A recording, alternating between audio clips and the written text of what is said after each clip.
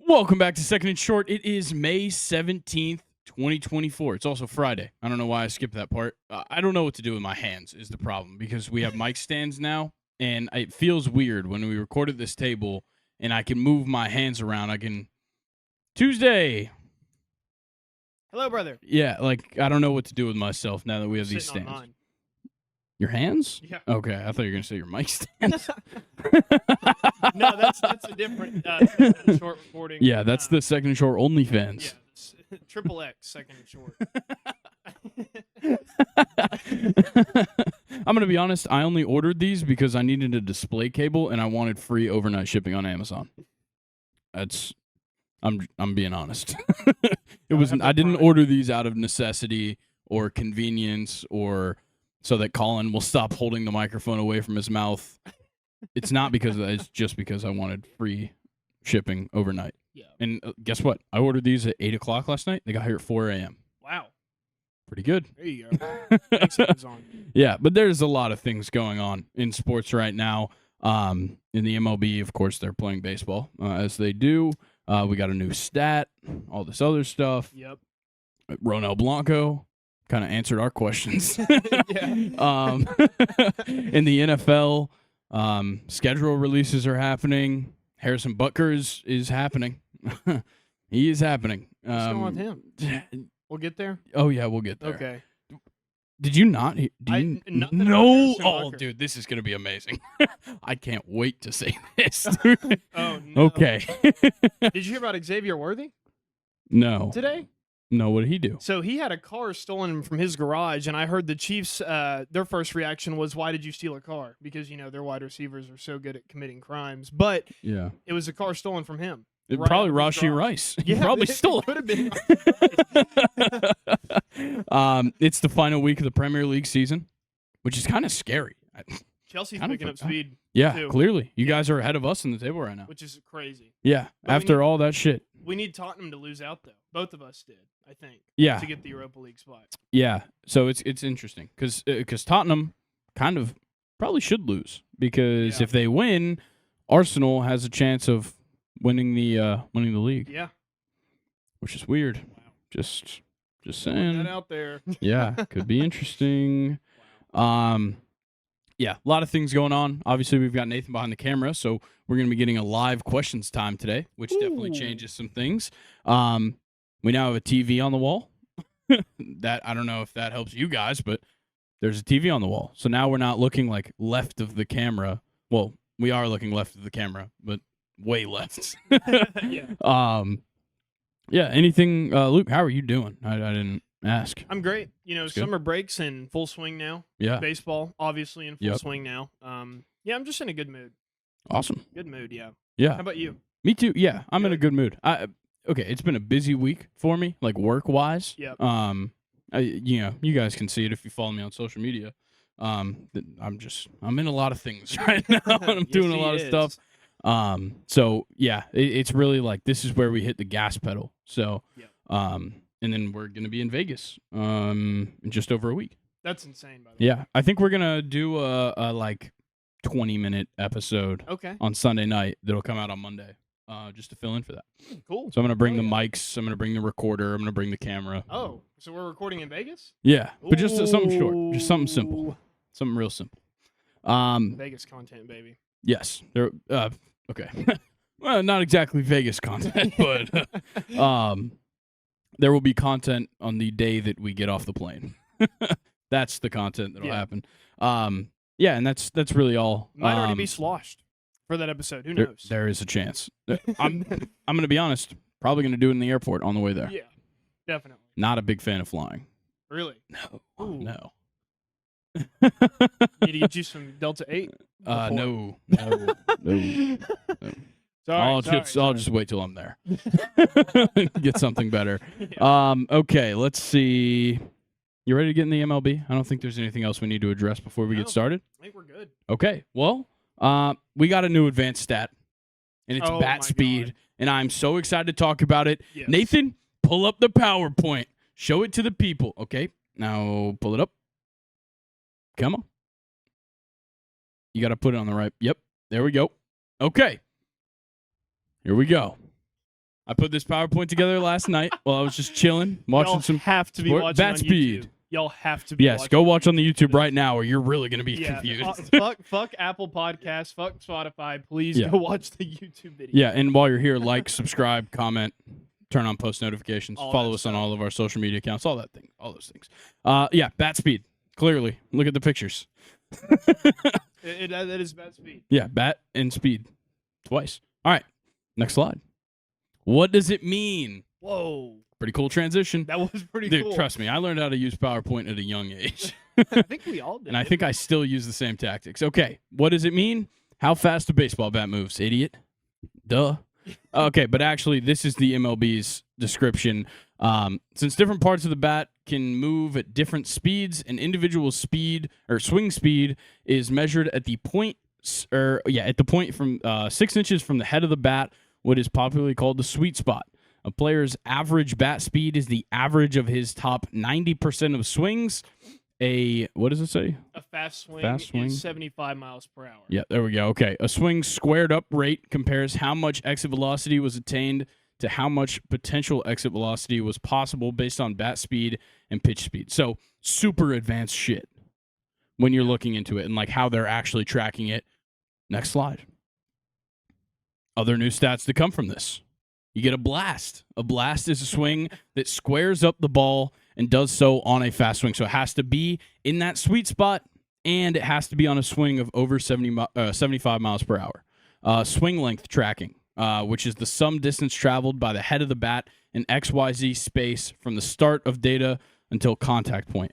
Super cool shit. So, like, guys that have super long swings, Javi Baez, Giancarlo Stanton, guys that have super short swings, Luis Arias, kind of contact guys. Yes. And you'll kind of see how it goes. Next thing, a sword. I fucking love that they added this. Sword. There you go, Nathan. Popularized by the pitching ninja. Click the button.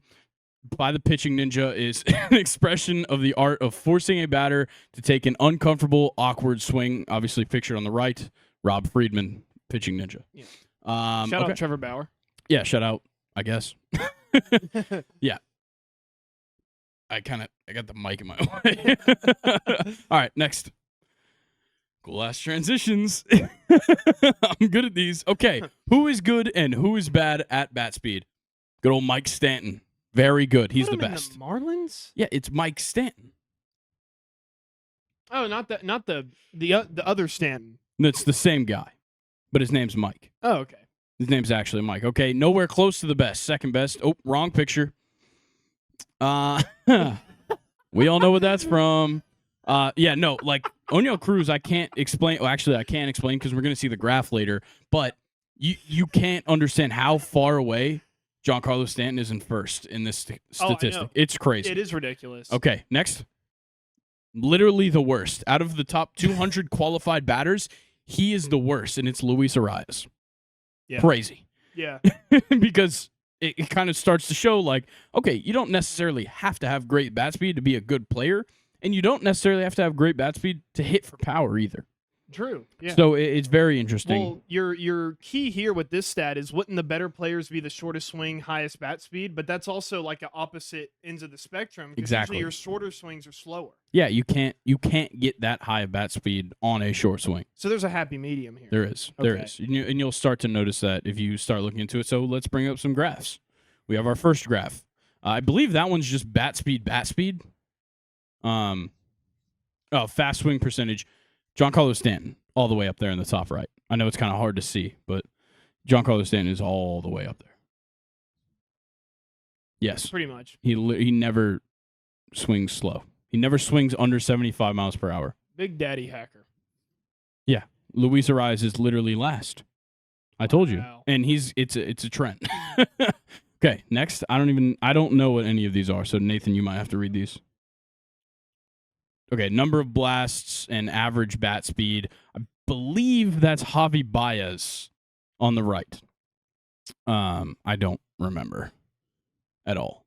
These graphs are kind of useless because I don't remember what they are and who the players are. Okay.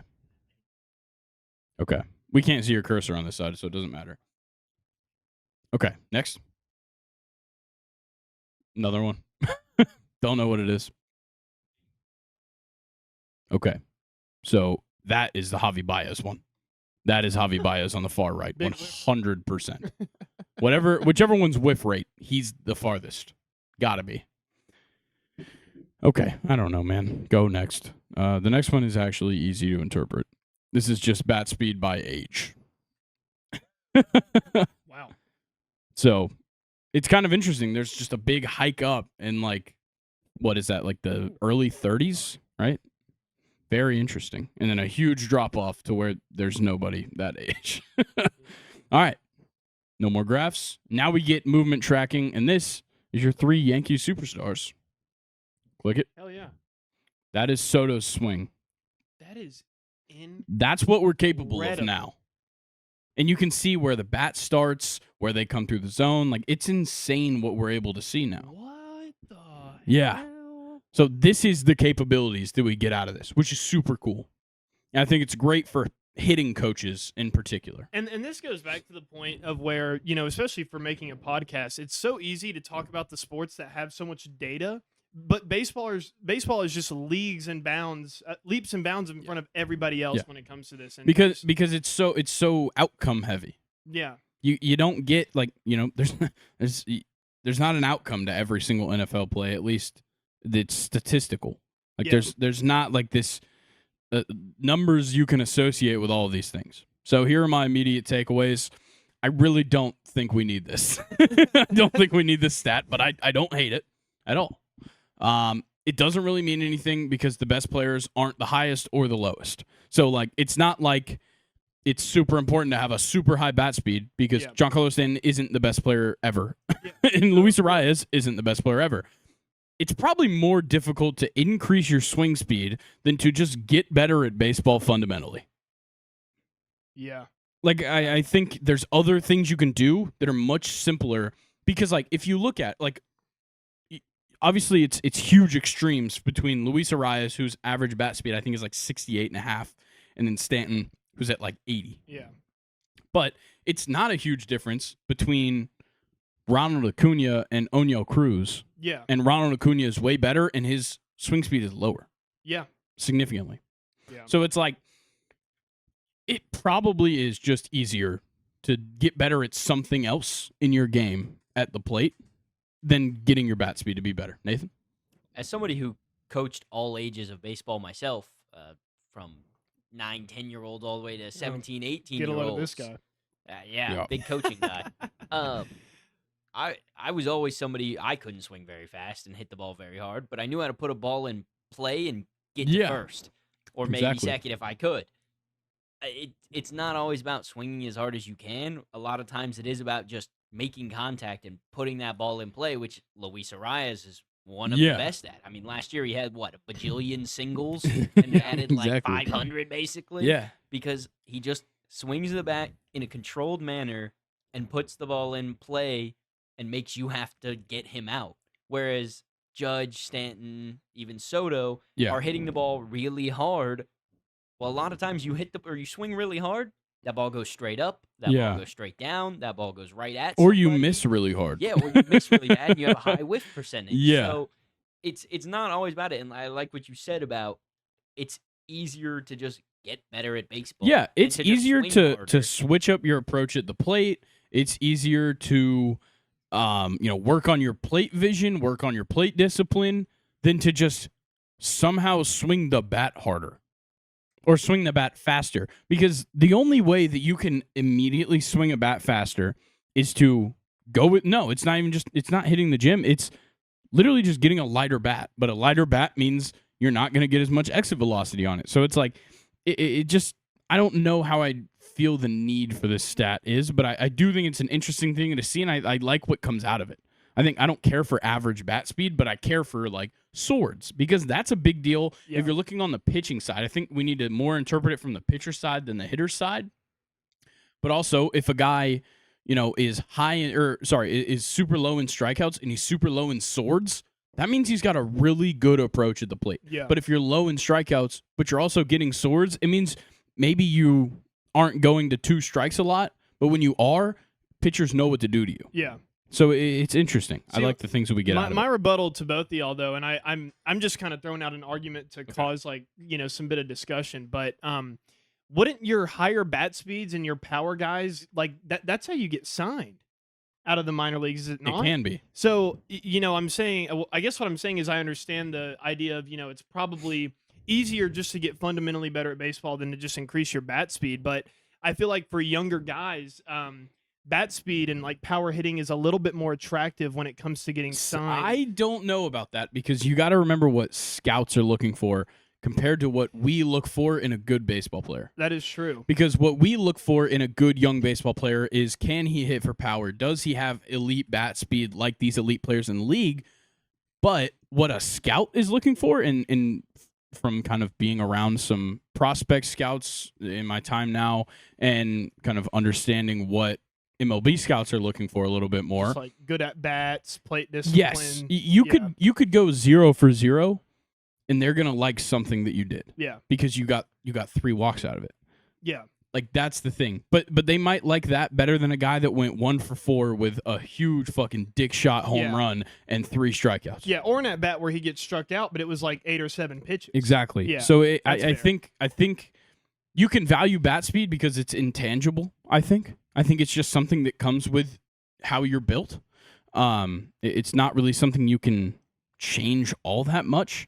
So I think it is something to look for, and it's an added bonus. But there's plenty of guys that don't have elite bat speed that are still going to be fantastic. Yeah, definitely. Because a majority of players don't have an average of a fast bat speed. Yeah. So I think it's kind of hard to say that it would help them tremendously scouting wise or as a prospect. Okay, Nathan, you've been waiting to say something. Yeah, I think the biggest problem is kind of like Luke said. We're in a it comes back to the whole social media age where if you hit a 600-foot fucking absolute piss missile dick shot off of somebody, that's going on social media. Everyone's gonna be like, holy shit, that had a 119 exit velo, the kid's 17. That's crazy, all this. And it really shows that. And we're in this crazy, weird era where stats and video and everything is becoming so big that, like you were saying, Luke, with recruiting, a lot of people, and especially young players, are really going to be trying to swing their fucking shoes off to hit these crazy moonshots that, like you were saying, Grayson, you've been in talks with more people who are actually watching the ins and outs of an at-bat.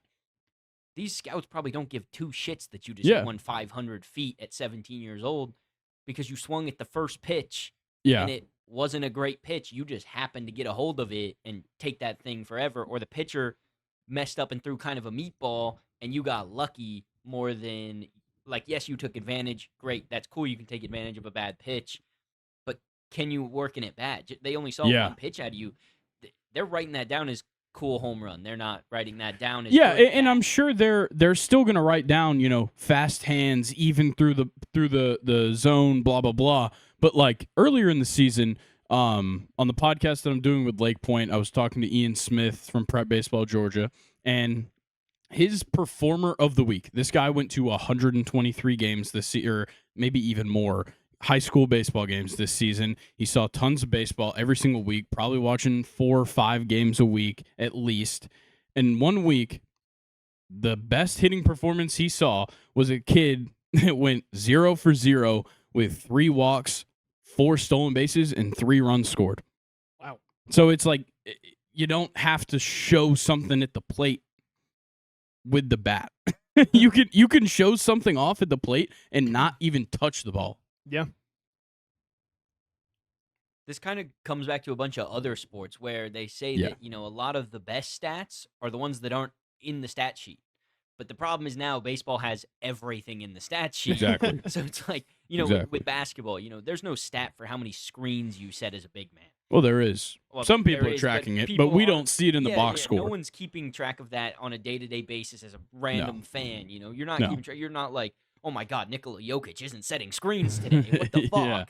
You're sitting there like, holy shit, Nikola Jokic just scored 50 on Rudy Gobert. Yeah. Fuck. But also, how awesome would it be to bet the over on like Nikola Vucevic screen set? It'd be crazy. But that's what I'm saying. Like baseball, you can see that. Like you said, guy goes 0 for 0, 3 walks, 4 stolen bases, 3 runs scored. That is an amazing stat line. If you're a coach or a scout, you see that and you're like, holy shit, this guy is great on the base path. But like you could even getting on base. You could get that out of a 0 for 2 performance where you have a foul out and a strikeout.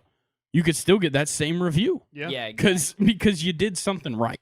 Yeah, I think that's the thing, is that you don't have. I know we're going on such a crazy tangent that is so far away from bat speed, but I think when you're looking at kind of how it all comes together, it's that you don't have to focus on this stat. Yeah, it helps. It helps to know for us as the people that observe baseball, it helps us to know, okay, well, this is why this guy's doing well, because he's making this sacrifice. Like for Luis Arraez, he's making a sacrifice in his swing to not have as much bat speed so he can shorten his swing and ease up his approach and go for singles and bloop a ball over the first baseman, whereas some guys want to, every single ball they hit, they want to hit it 450 feet.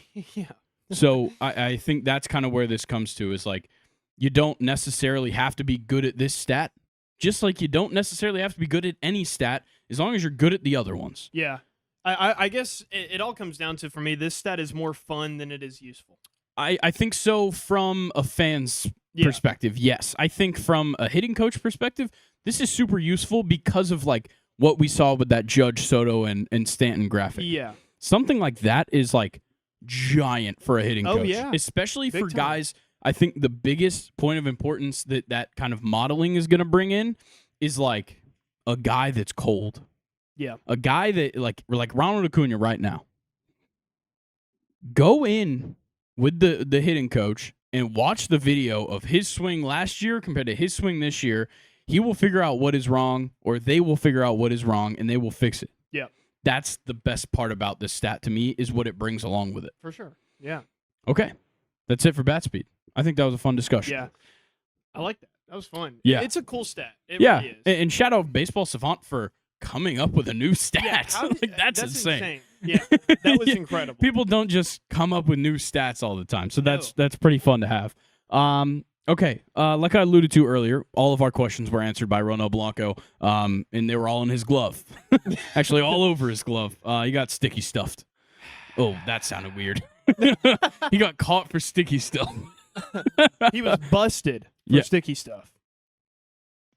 Whoa. Yeah, and it got him a 10-game suspension.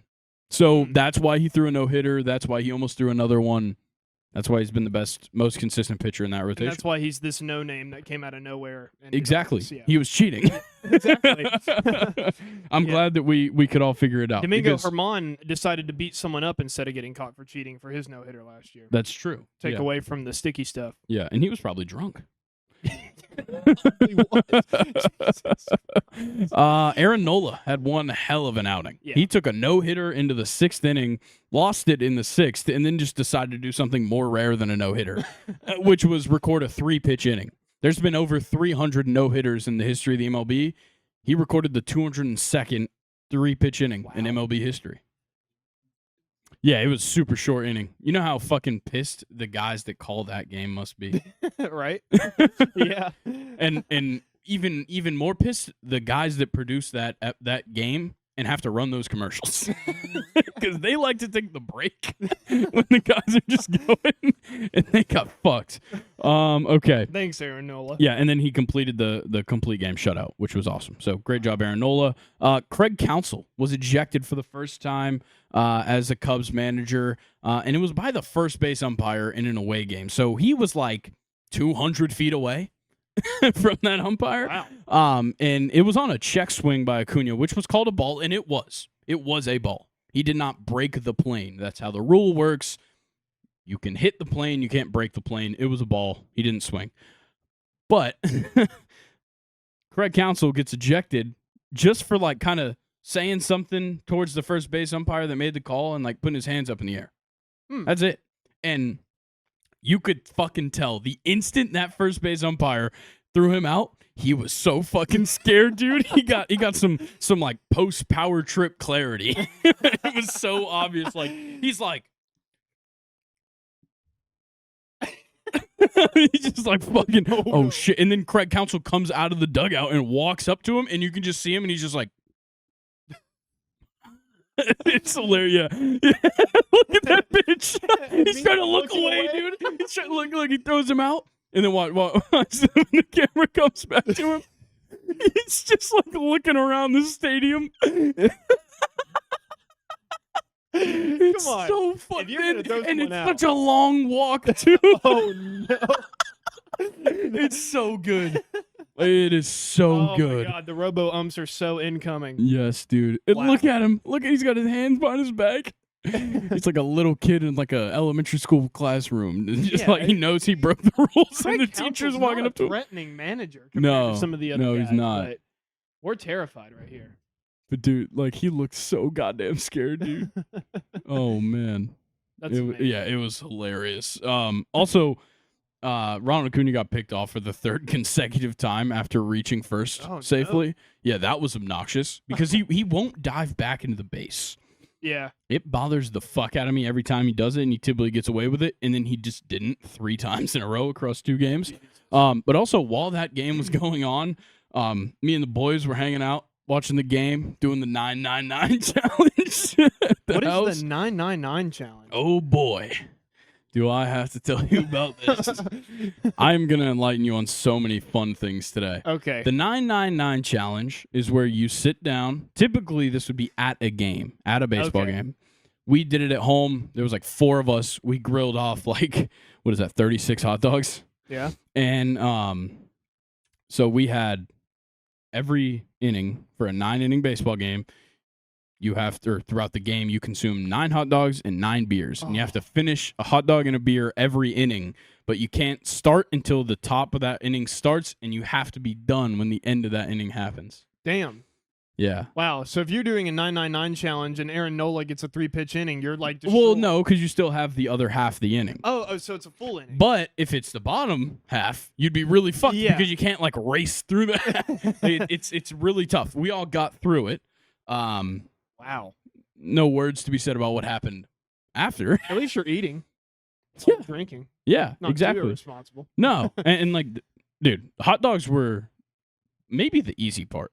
I think if I was going to do that challenge, I would substitute my food for another drink. I would do So- 2 drinks an inning. That would be irresponsible. I think that'd That's be all very I'm gonna say. responsible. Drink responsibly. Yeah. I responsibly had 9 beers and 9 hot dogs.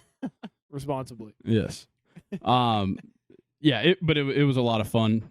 If you're 21 years old and drinking responsibly, I highly recommend it. It was very fun. Let's try that. Also, I don't recommend doing it alone. That would be fucking scary. But I have seen people do it at games. So we were trying to calculate it in like how much it costs to do at a game. Dude, think about it. So you can only buy like you don't really find 12-ounce beers at games. Yeah. You have like 22-ounce beers and 16-ounce beers. So you're probably going for the 16-ounce beers. I Yeah. would like to think, which is like a beer and a quarter.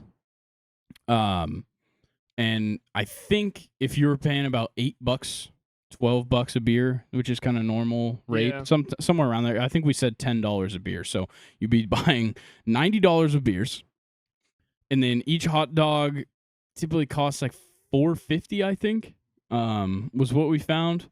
So then that would be like another, what is that? Like, I'm trying to think. $4.50 times 9. Was that 30? It's like $40. So you'd spend over $100 just on beers and hot dogs. And then your Uber, because you can't What, drive. Nathan? What you got? Did some math on craftbeer.com to find out what your BAC was like after that. We don't need to that know this. rough day. Don't need to know this part. Um, Nope. so Nope. it says- Nope. It Nope. says that after Don't 9 beers, Don't need to know this part. your BAC was a 0.29. What's a good Wow. thing that I was in the house? Yes, the legal limit, in case anyone forgot, is 0.08. Correct. So you Huh. were roughly almost 4 times over. Okay. Well, If- that's good. because we were all responsible. Being safe. We were all extremely safe, extremely responsible. All of our keys put downstairs. Nobody went to their cars. Nobody left the house. Fully responsible. Everybody over the age of 21. Next. Brandon Gaudin is back at it again. Oh, no. Master Boney? Oh, yeah. You know, we were playing the Cubs. It had to happen. And in case you don't remember last time, Brad Hand was on the mound. Or no, Brad Hand was doing something. Pierce Johnson was on the mound, I think. Yeah, Brad Hand was warming up. Pierce Johnson was on the mound. Master Boney was at the plate. Obviously, Hand, Johnson, Master Boney. Put it together. Or go find the clip from last season. He followed it up this time.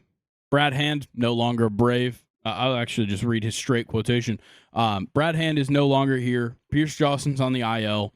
It's a solo mission for Master Boney tonight. And then he paused and said, which is kind of fitting, I suppose. I suppose. He's so good. He's so good. Yeah, he's entirely sold me. Who the fuck is Chip Carey? I don't even remember him being the Braves announcer anymore. Oh, no. Brandon Gaudin's the GOAT. Also, Joe Buck is going to call a game with Chip Carey for the Cardinals. Wow. Next week. Yeah. Really boring guy. Yeah. Yeah. Aaron Judge. His statistics since his first career ejection are fucking ridiculous. 8 games, 10 for 28, 3 doubles, 4 homers, 7 walks, and a 1393 OPS. Damn. I think he needs to start getting ejected more. Probably. About time he woke up. Yeah, fuck it. Eugenio Suarez and Marcell Ozuna are likely to be, or one of them is likely to be the 250th player to hit 250 career home runs. So Suarez is at 249, Ozuna is at 248, and there's only been 248 of them all time. So one of the two will be 250th most likely. Wow. Nobody else really right there like the two of them. So that'll be interesting. Well, good for them. Yeah. Good guy, Marcell Ozuna. Fucking baller. He really is. Family man. Also no fanabre. Sure is. 15 years ago, the MLB batting average was 262. That was the league batting average. What year was that? 2009. Okay. 15 years ago. The 2024 Astros, oddly enough, have the highest batting average in the MLB. Wow. With a 262. Wow. So the MLB batting average in 2009 is what the best team batting average is this season, and also that team sucks. Yeah. That's incredible. Yeah, it's kind of crazy. Guys are getting better. Speaking of guys getting better, the Rockies. Why are they winning? Oh my, yeah. They've swept consecutive series over good teams. First it was the Rangers, now it's the Padres, and it puts them 7 straight games, put them at 15 wins, and they're still last in the West after winning 7 straight. Yeah. By 4 games, yeah. 4 games behind the Giants. Wow. Shout out Chris Bryant, man. It's the comeback story. He's here. Yeah. That's a pretty decent division, actually, over there. Yeah, for sure. I believe Nolan Jones, I was looking at some stat that I didn't put into my notes here. Nolan Jones from the Rockies is he's had the worst regression of a batter by like OPS plus. Or no, WRC plus year over year. Wow. Okay, we were just speaking of the Giants. Giants pitcher Keaton Wynn needs to figure something out because it appears that he's tipping his own pitches, and the Dodgers were definitely aware of it. And so it seems like he's only tipping his pitches when he's in the stretch, and the Dodgers are not the first team to realize that because this season, when the bases are empty, opposing batters are hitting 206, which is like pretty normal for an okay pitcher. With runners on base, they're hitting 327. Wow. And so somebody decided to put a video together pointing it out, and whenever when he comes set, he kind of pulls his glove in and comes up. And if he goes like to like his shoulder line or like as long as he goes above the logo typically, and then he brings it back down to his waist, it's a fastball. And then every time he would bring it up to like the logo on the jersey, and then bring it down to his waist, it was a splitter. How do you figure that out? That's what pitching coaches do. Yeah. They do that. If somebody kind of starts like catching along to it, Pitching coaches literally will spend time figuring that out. So like other teams' pitching coaches will watch film on him. Yeah. Okay. Yeah, because Wow. you're gonna do film. Like those guys do film study. I Yeah. think that's something people forget in baseball. Is like you do need to watch film. I was about to say, I feel like film in baseball would be underratedly important. It Because is. you hear it all the time in the NFL, Yeah. like, oh, we watch film all the time. Don't hear it much in baseball, but I Yeah. feel like in No, the guys baseball, do. it would honestly be more effective. I think a lot of times it's more coaches that watch film in baseball than players. Yeah. And then the coaches can bring it, kind of present things to the players Yeah. if it needs to. That's fair. I know a lot of pitchers actually watch film as well. Yeah, for because they batter try- tendencies. Yeah, they try to figure out if if the guy's a chaser first pitch, if Yeah. he's a guy who's ready to hack, if he's somebody who puts the ball on the ground a lot, so they Yeah. know what they need to throw Exactly. to force him into a situation like if somebody's on first and they know this guy, if you throw a ball low, he's going to put it on the ground. They're going to try to keep the ball low every pitch to get into that double play scenario or Yeah. situation and just play the percentage. Okay, maybe 50% of the time or 60% of the time he's hitting the ball on the ground if it's a low fastball. Okay, well I'm gonna give him a low fastball and see if we can play that percentage and get this double play. Yeah. Yeah. If he gets the other 40%, he gets it in the air. Okay, maybe he pops up and we get an out. Great. Yeah. So I know pitchers are watching it a lot as well, just Definitely. to study batters, especially because they get multiple days off. They can Yeah, figure they have this the stuff out and time to keep a do note. that. Yeah. Okay, last thing. I just wanted to point this out. Just shout them out. I don't know actually what the team is called. But the NAIA team scored 12 runs with 2 outs in the bottom of the 9th to win a game. Wow. They were literally down 11 runs in the bottom of the 9th with 2 outs and scored 12 straight and won. That must have been a lot of Bush League defensive play by the other team. There's no way they got all of it. Yeah, or just bad pitching, maybe. How do you score 11 runs with 2 outs and have no errors to help you out? There's no way. Yeah, I really don't know. There's But absolutely no way. it was insane. Dang. I don't know if Nathan, can you find anything on this? You got something? Okay. Yeah, it was like, it was absurd. When I Wow. saw this, I was like amazed. What do we got? This was Indiana University Southeast Shout out. beating Indiana Tech. Nice. Okay. Fierce rivalry, I guess. Yeah. Yeah, shout them out. I thought it was cool. They won on a 3-run walk-off home run as well to win Wow. 14-11. Jesus. The Grenadiers over the Warriors. Hell yes. Grenadiers. What is a grenadier? Grenader, kind of. It's somebody that throws bombs. That's it? Yeah. Wow. Pretty cool. Yeah. Cool mascot. Okay, what you got? Yeah, so my MLB news, I don't really have too much, but I have some stuff that's pretty interesting. Yeah. So just to keep going with the Aaron Judge just railing teams over here. Last night against the Twins, in which the Yankees swept the Twins. By the way, the Yankees have like a 111 to like 44 record against the Twins all time. Yeah, they shut him out twice, didn't they? Yeah, it's insane. But anyway, Aaron Judge in 4 at-bats had 4 hits, 3 doubles, and 1 home run that was 467 feet, an absolute piss missile, and 2 RBI. And then there was another play that was super interesting where Willie Castro, the Twins, I guess their reject center fielder that isn't Byron Buxton, just lost track of the outs. He caught a fly out, thought there was 2 outs, and Jose Trevino just tagged up easily on the play. So it's not going well for the Twins. Okay. Especially when they play the Yankees. Yeah. Didn't he like chuck the ball into the stands? No. Or am I thinking no. of somebody else that did that this week? I don't know. Somebody with 2 outs chucked the ball into the stands. I didn't see that. I didn't see that let me see either. if I can find it. Okay. Yeah. We'll keep talking. Yeah, but- anyway, Willie Castro, he just kind of caught it, like ran towards Yeah. infield. And Yeah, I just- saw something from who's their manager, Rocco Baldelli, I think he's still their manager. He like said something about it and was just like, it comes with the job. You're gonna have bad days. Yeah. But like that was a fucking bad horrible day. day. I have a little bit of some somber news, though. Okay. Roy Halladay would have celebrated his birthday 2 days ago. And just some Roy Halladay stats that I wanted to bring up because he was a all-time, Oh my God. crazy Yeah. nasty pitcher. 2-time Cy Young, 8-time All-Star, and then this is insane, a perfect game and a postseason no-hitter in the same year in 2010. Yeah. What a guy, Insane. and rest in peace, Roy Halladay. Yeah.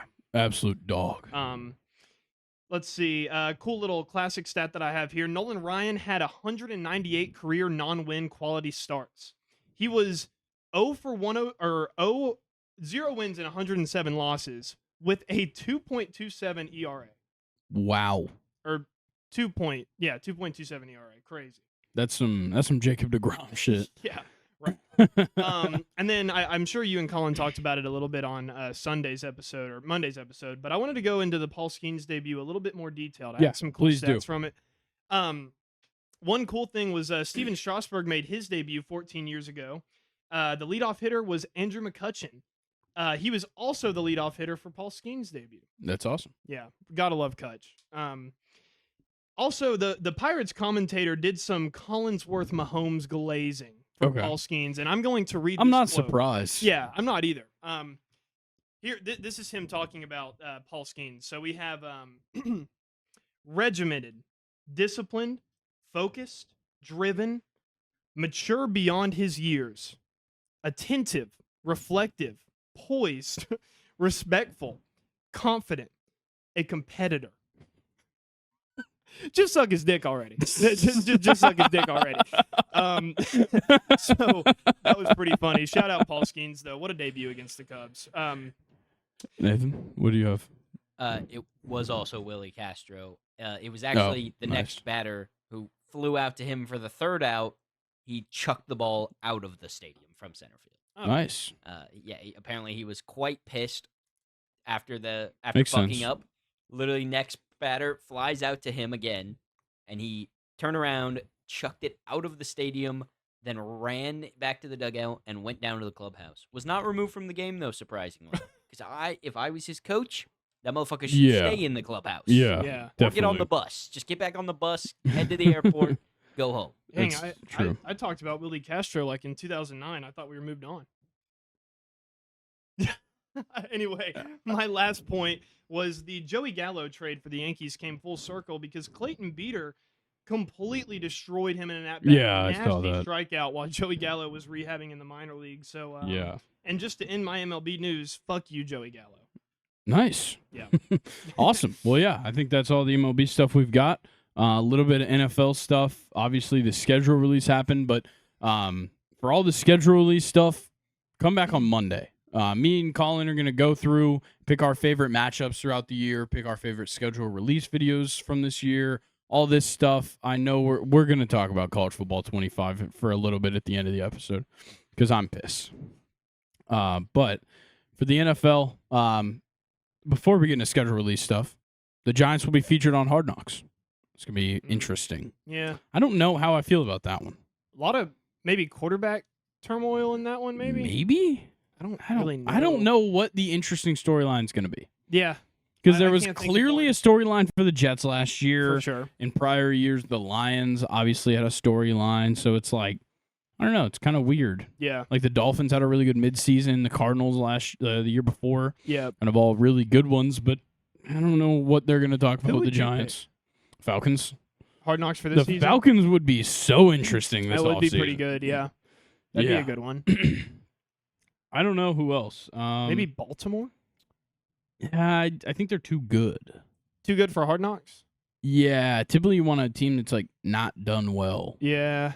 I think that's how it works, though. Maybe like there's certain things that they have to fall under. Yeah. Chargers or Vikings? Raiders, yeah. Yeah, the Raiders would be good. I think the Chargers would be good because of Harbaugh coming in. That would be interesting. Yeah.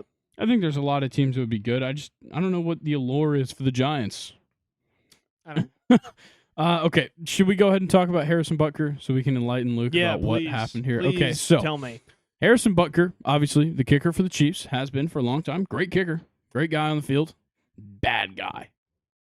Bad guy for how he okay, so he was asked to do a commencement speech at Benedictine College in Kansas. Okay. This is a school that forcefully removed a student at one point for having an LGBTQ flag. So that's kind of already setting up the story a little bit. And Harrison Butker went on to kind of just be like totally against LGBT, totally against trans rights, all that stuff. But the big one that most people are talking about is how he addressed women. and what a woman's role is. He said something to the effect of, my wife didn't reach her full potential as like a human. Yeah. What did he say? Yeah, so be the first to say her life truly started when she began living her vocation as a wife and as a mother. Oh, yes. So he addressed, because there is women that graduate from Benedictine College, okay? And he said, I want to speak directly to you briefly because I think it is you, the women, who have had the most diabolical lies told to you. How many of you are sitting here now about to cross this stage and are all thinking are thinking about all the promotions and titles you are going to get in your career? Some of you may go on to lead successful careers in the world, but I would venture to guess that the majority of you are most excited about your marriage and the children you will bring into this world. And then said that thing about his wife and all that, and pretty much was just telling women to get back in the kitchen. Oh, that headline right there. The feminist and Taylor Swift fans have fired back. Yeah, so there's now a change.org petition going around to get him removed from the Chiefs. Wow. Now, the only part of this that I will even discuss is the fact that you can't take him off the team for talking. Like you can't. I think that would be a huge fucking lawsuit against the Kansas City Chiefs. Probably, yeah. And I think it's one he'd probably win. Yeah. Because he's allowed to go somewhere and speak. Yeah. So fair. I think that's what you would run into. Dang, that's crazy, though. Yeah, bad guy. Bad guy, Harrison Butker.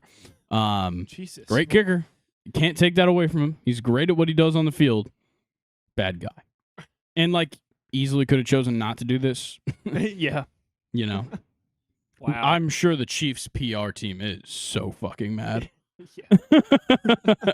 But yeah, so that's kind of the Harrison Butker thing. And it's become, like, a meme online. They're like, you spoke where? Yeah. What college? Yeah. Uh-huh. What, Nathan? I didn't realize where he was from. I thought he was going to be from a buttfuck town in He's the middle from of right here. Decatur. Yeah, he is from right around here. Decatur, That is baby. not Georgia. what I expected, Yeah. like a Humpty Bumpty, Iowa or something. No. Or, Pickens Utah County, or Georgia. something. Nope. I was Decatur. not expecting Decatur, Yeah. Georgia. To It have doesn't those help. kind of Yeah, he beliefs. went to Georgia Tech. I don't. Okay, look, once again, rumors. But some girl said that he fucked a male cheerleader while he was at Georgia Tech. That's all I know. Wow. That's all I'm saying. If it's true, hypocrite. Just saying. But look, I'm not gonna throw shade. Well, no, I am. Fuck you, Harrison Butker. But I'm not gonna throw out allegations like that because that's like detrimental to a human being's family. Okay. We'll talk a little bit about an NFL schedule release, kind of the background stuff. We're not going to talk about the great matchups as much, but I'd like to talk about some of the different things. So You're depriving Netflix- me over here. I know. Netflix is going to have 2 games on Christmas. Yeah. Fuck that. One of them being the Steelers and the Chiefs, Yeah. I believe. Fuck that. That sucks. Yeah. The Guardian, which is a UK-based magazine, put out an article that was headlined, U.S. NFL fans have to pay $1,600 a year to watch every NFL game. Thank you, The Guardian, Yeah. for writing that article. Yeah, and it's true. If you want to watch every single NFL game for a year, you have to have NFL Sunday Ticket, which means you have to have YouTube TV subscription, which is at least, I think, $90 a month. Yeah, and that's only something for a like couple of devices. It might even be more. And then you have to get the full season of NFL Sunday Ticket along on top of that. Amazon Prime. You need a Prime subscription. You need a Peacock subscription. Netflix subscription. You now need a Netflix subscription. I think we might have Paramount Plus exclusive games through CBS. Maybe. I can't remember. I didn't hear about that. Yeah, whatever. Maybe not, but still, those 3 together, I believe, is what adds up to $1,600 for an NFL season. Oh my god. Yeah. Yeah, I don't, and this has kind of been a topic on like 3 episodes in a row for you and I now. Just watching games. Let in us America. watch sports, please. Yeah. You can watch, if you live anywhere but the U.S. or China, Yeah. you can watch every single NFL game. Literally does not matter if it's on this streaming service or that streaming service. You can watch every single NFL game on DAZN for $150 for the entire season. And that's a communist country. Yeah, anywhere but the U.S. and China. If you live in Australia, you can pay $150 American. Yeah.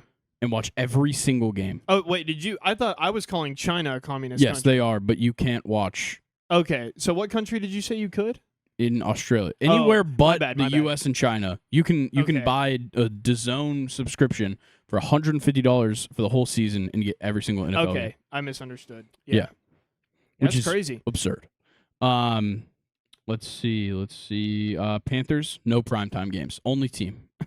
Only team with not a single primetime game. Good. Is the Carolina Panthers. The Jets have 7 standalone games in the first 11 weeks of the season. They got 6 primetimes and 1 international game. Yep.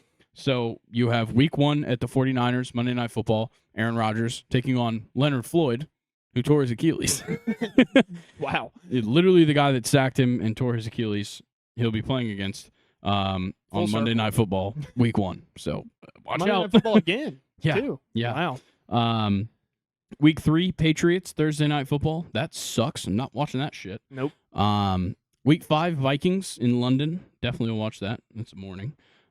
Week 6, Bills on Monday Night Football. Week 7 at Steelers, Sunday Night Football. Week 9, Texans, Thursday Night Football. That's a fantastic Thursday night game. And Week 11, Colts on Sunday Night Football. Yeah. That's insane. That's awesome. It is. It's awesome. I have no problem with, the NFL and I guess where they choose, how they put their primetime games. Yeah. No problem with them shoving Aaron Rodgers down my mouth. Whoa. If he's healthy. Wow. Listen, if Sauce Gardner's on that team, we've done a lot of blowjobs for Sauce Gardner on this podcast. Don't look. He's acting like I'm alone over here. I'm more just talking about your terminology. I know but you like Aaron Rodgers too. I do like Aaron Rodgers. I wouldn't say that I've sucked his dick. I think I would say I've glazed. Is that? I don't know. I kind of feel like that's the same. No. Nah. Well, we have the second and short lava lamp right now. Yeah. It's bouncing around. Yeah. Sorry, I'm just deflecting the attention. That's a good idea. The amount of primetime games by team. So there's 3 teams that have 6. That's the Jets, the 49ers, and the Cowboys. Who would have guessed? Wow.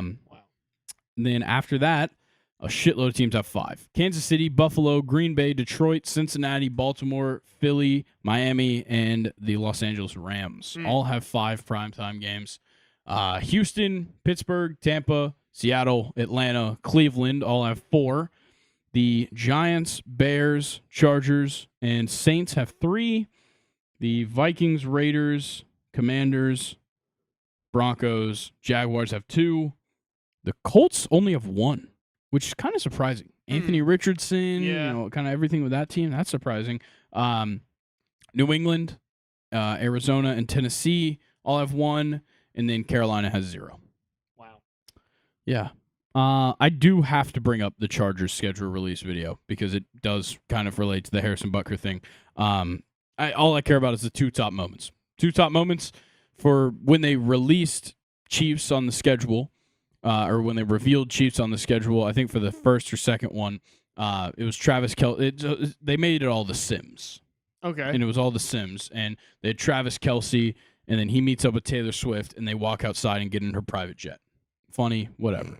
And then at the very end of the video, there's just like a sequence where it's Harrison Butker with like an apron on, and he's like making a pie in a kitchen. No way! Damn. Very fun. Wow. Okay. Yeah. Well, we can definitely pull that one up. Yeah, I'd like to see that. Yeah. Yeah, that one. Shout out to the Chargers. Yeah, shout out the Chargers. That's awesome. I think they also did our opponents as Pop-Tarts. And then like some player who's now I think on the Ravens, who was on the Raiders last year, like tweeted at them and was like, "Last time I checked, we beat your shit ass with the Raiders last year," because they said like the Raiders were like garbage Pop-Tarts or whatever. Yeah, that's Harrison Butker. Wow. Making a pie or whatever, a pizza. I don't know.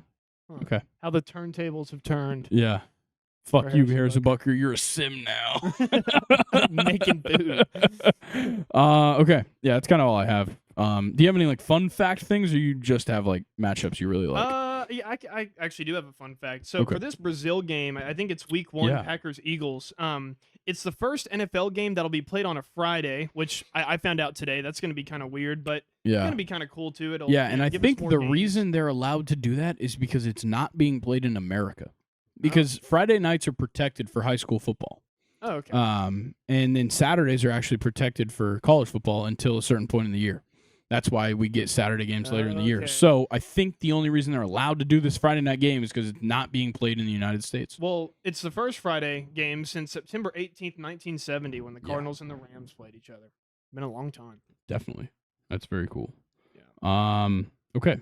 Antoine Winfield is now the highest paid defensive back in NFL history. What? Yeah. Crazy. I never would have thought a safety would be the highest paid defensive back in NFL history. No. He's getting paid 4 years, $84.1 million from the Buccaneers. My goodness gracious. It's the first time in modern NFL history that a safety has had the biggest contract of defensive backs. Yeah. Just wait until it's time for Sauce to get paid. Oh, yeah. Like that whole, like Pat Surtain will get paid a lot, too. Yeah. Derek Stingley, maybe? Yeah, Derek Stingley. There's a lot of guys, defensive backs-wise, that are going to get paid. Well, I just feel like as we progressed in a more of like a passing offense era of the NFL, that these like shutdown corners, they're becoming like probably more valuable than a lot of other positions. Oh, yeah. Right now, for sure. Definitely. The Jacksonville Jaguars and the city of Jacksonville agreed to a $1.4 billion stadium. So that's going to start up now. Oh, cool. So that means they're not going to London. Yeah, finally. Thank God. I do not want that to happen. No. The Detroit Lions have had a pretty good offseason. They have now extended Jared Goff, Amon-Ra St. Brown, Penei Sewell, Dan Campbell, and Brad Holmes, their GM. All of them extended. They kept all 3 coordinators in the offseason, and they have just overhauled the secondary. Yeah. This is a hell of an offseason for the Lions when it comes to keeping talent, bringing in talent, like all over the board. It is amazing. Yeah. Shout out Lions, man. Yeah. Yeah, they've done some great things. I think they're an early pick of mine to make it to the Super Bowl out of definitely. the NFC. I would love that too, by the way. Their story and just the team that they had last season was just so likable. Yeah, I still think they need to get better at the wide receiver position. Really? Yes. It's literally just Amon-Ra St. Brown. Jameson Williams is not a needle mover. You don't like Jameson Williams? It's not that I don't like him. I just don't think he's good enough. He's not nearly as good as any of the like wide receiver 2s in the league. Yeah, that's fair. I think he definitely has potential, though. He does. I wouldn't write him off just yet. But I think the Lions should either pursue, if they're in a position where like that's clearly an issue, by the trade deadline, you need to pursue some wide receiver out there. Yeah. Because somebody's going to be able to get traded. ESPN announced that they have officially signed, or Jason Kelce is joining ESPN, and will appear each week on Monday Night Football pregame show. Wow. Yeah, he'll be on at halftime as well, and apparently he's replacing RG3. Damn. Which RG3, he'll still get to do his college football stuff, which is what I care for. Yeah. Because he is the best for the college football stuff. He's great. And then another kind of sports industry deal, which is crazy. Micah Parsons was named the president of Bleacher Report Gridiron. Wow. So like their whole football sector of Bleacher Report, he's now the president of BR Gridiron, and signed a multi-year extension with Bleacher Report. Obviously, he's been doing his podcast, I think, called The Edge. Yeah. With them for a while. I think we kind of talked about it last week. With CJ Stroud. Yeah, with CJ Stroud. Yeah. But this was kind of the thing that I found, kind of a description of what he's going to be doing. So it says, as the first current pro athlete to hold a leadership title at a sports media company, Micah Parsons will collaborate with BR Gridiron leadership to develop the content strategy for the portfolio, launch new shows, original content, and design merchandise for its 2.5 million cross-platform followers. Shit. In addition to his role of leading Gridiron, Parsons will continue captivating followers and breaking news with the second season of The Edge during this year's highly anticipated NFL season. Dang it. It really sounds like he's not just like a figure. No. And I think it's an amazing sign for what sports media companies can be doing. Yeah. Obviously, I'm very much in this space. I very much pay attention to this kind of stuff. This moves the needle in sports media for players to actually play a real role during their career in media. Obviously, you see guys started doing podcasts recently. Yep. Draymond Green, Pat Bev, like the Kelsey brothers, of course. Yeah. So many guys all around that have kind of created a second job Yeah. out of their own job. Yeah. And I think Micah Parsons is doing it at in a very different way. Obviously, he had a podcast. He's taking it to another level that I think it's clearly unprecedented. Yeah. But like, this is a game changer. Yeah. To have a guy that is currently in the NFL making the decisions at one of the biggest sports media companies in at least the nation, if not the world. Can I be real for a second? Yeah. As somebody who's a journalism major who wants to get into this field, I kind of, in a way, almost feel threatened as someone who's not an athlete or a former athlete that's coming into it. Yes. I can't see, at least in this way, I don't think he's taking jobs away from anybody that is more deserving necessarily. Yeah. I think it's that he is, like, in his own right, an entrepreneur and a businessman and whatever. Yeah. And so I think this role fits him. And a personality. And a personality on top of it. So, and I think because of his experience already with Bleacher Report, it helps out. It makes sense. Yeah. If some random athlete was to walk in to, I'm trying to think of a media company that even makes sense for this, but just for lack of an idea of anything else, if Tom Brady walked into Barstool's offices and said, "Make me the president of your content," yeah, it probably wouldn't happen. No. No. Despite the fact that company is rooted in Boston history and Dave Portnoy and everybody involved in that are huge fans of him. Yeah. It wouldn't happen. Yeah. But Micah Parsons actually does this. And Yeah. he's done it. He's done a good job. And I think the modern athlete is a business. Yeah. Which is, especially in like that high level talent wise, the modern athlete is a business in their own right, and he has been running his business extremely well in his time in the NFL. Yeah. And so I think this is fitting for him. Yeah. I know I go back to Trevor Bauer and his like content. I know our producer Nathan really likes him.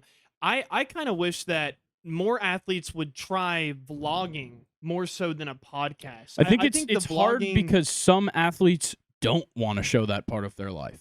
Which is a good point, but I think that's a lot more interesting. It is, than a podcast, but which says a lot because a podcast is really interesting. Yeah, and guys like that. I want to kind of put this out there. There was a time when athletes were vlogging.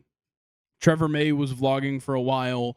When last season when he was with the Mets, I think, or the year before when he was with the Mets. Did Juju do it a little bit? Yeah, Juju did some vlogging. Aaron Donald had nobody really even talked about Aaron Donald being a vlogger. I didn't know that. He had a great family vlog that he did. Michael Pittman Jr. heading into the draft had a great vlog series that he was doing. Yep. So Nathan, I'm sure you are aware of a couple others. I wasn't even going to say that. I was going to say we need to get more people back on Twitch again. Get these guys streaming again, dude. As somebody who streams a little bit here and there, it's so fun to just sit there and talk with people. Like I remember when everyone was clowning AJ Dillon for playing Farming Simulator. He was streaming Farming Simulator like 2 a.m. on a bye week. Dude, he had like 30 people in there, and I bet they were the most devoted Packer fans asking him some of the coolest questions about his personal experiences, his life. Favorite lawnmower? Yeah, exactly. His favorite tractor. Yeah. I know he was getting that John Deere. Oh, yeah. But I like that. I think it's the most personal way. Like YouTube, I like it. YouTube a lot can be fake, stage, edited out, whatever. Yeah. Twitch is live. It is in your face. It is right there. I think that's what I like about the athlete podcast, though. It's awesome. Because in a podcast is not typically an edited format, but like if you've got the right people behind it, it works. If it's literally just two fucking former, or like two current football players that don't have anybody behind them producing the show and getting everything prepared and doing the editing and setting everything up, then it's a shit show. Yeah. Then it's literally just two guys sitting there doing nothing, not knowing what to talk about, just spewing bullshit for 2 hours or for an hour or for 30 minutes because they can't continue the conversation. Yeah. That's when it sucks. But I think people have figured out how to do it. You find a company that you like and that you resonate with and whatever, and you run with it. Or you start your own company and you find people you like, you hire them, and they kind of run it for you. Yeah, which is what Trevor Bauer did with Momentum. Yeah, I exactly. believe. So, yeah. Also very similar to what Juju Smith-Schuster did. He made an entire gaming org. And Yeah. got a whole content team, has trick shotters, and I don't think they're that great at any like esports or anything, but they're like, I think they fund a, like, challenger level teams where they're like not in pro leagues for esports, but they are. There's huge buy-ins up there. those, Yeah, so. it costs a lot to get into those, and I'm sure he doesn't want to just shell out that money like it's nothing. Yeah. Exactly. It is a lot of money to get into a lot of those leagues now. But to be able to fund a team and give more people the chance to compete in esports and everything is awesome. And signing new players and content creators and everything is a great way to, one, build your own fans, because people are going to be fans of you. You're going to be interacting with these people. Like I know of somebody on YouTube who signed to his team and got to FaceTime with him and talk about the view of the organization and what he wants to do and what he wants to do with esports and gaming. Yeah. And it's such a cool way to get your team in. And I know there's a lot of other professional athletes who are getting involved. Jonathan Simmons does a lot of stuff for esports. Kyler Murray. Yeah, Kyler Murray. With FaZe Clan and everything. Who would have guessed? Yeah, of course. Who would have guessed? We are getting Black Ops, like I said. So, yeah, Call of Duty Kyler, baby. Exactly. There's a lot of people who are, and he's the second best Kyler in Call of Duty. Yeah, probably. The other one spells it differently. Yeah, he does. Yeah, when you're 5'9", it doesn't matter in COD. That is very true. So that is very true. I still think the Ninja, Drake, Travis Scott, and Juju stream isn't talked about enough. I think it's talked about way too fucking. I bet Ninja's dragging that shit right now. I bet he is. Oh, man, I hate Ninja, but that stream was awesome. Back in the day. It was pretty cool. I remember going to school the next day. It was awesome. Yeah. That stream brought an entire school together. Me and Grayson were actually in the same school at the time for 1 year that we were in high school together, and you could see like after that stream. It didn't matter if you played football, if you played basketball, if you didn't play sports, if you were in band, if you were what. Yeah. You were talking to people about Fortnite. You were talking to people about that Fortnite stream. You were talking about Fortnite. You were getting partied up. I was a nobody in high school, but I was playing with some of the coolest guys. Then we became friends and everything. And, now there's still people I talk to. Yeah. All because of Drake, Juju Smith-Schuster, Travis Scott, and Ninja playing Fortnite together. Like, that was crazy. Yeah, it was huge. All to go back and say that, just to kind of go full circle here, that athletes and their personalities, like, especially in 2024, they matter more, and we want to see more. So definitely. Yeah. If there's any professional athletes that want to become a part of the Second and Short podcast network, please hit me up. That goes for high school athletes, college athletes. No, only pros. Only pro. I'm not dealing with NIL only rules. top 5 not here. guys. Not dealing with NIL. If you're not top 5 in your position, I'll we don't manage want you. the other stuff. I'll manage the other. Don't worry about it, Grace.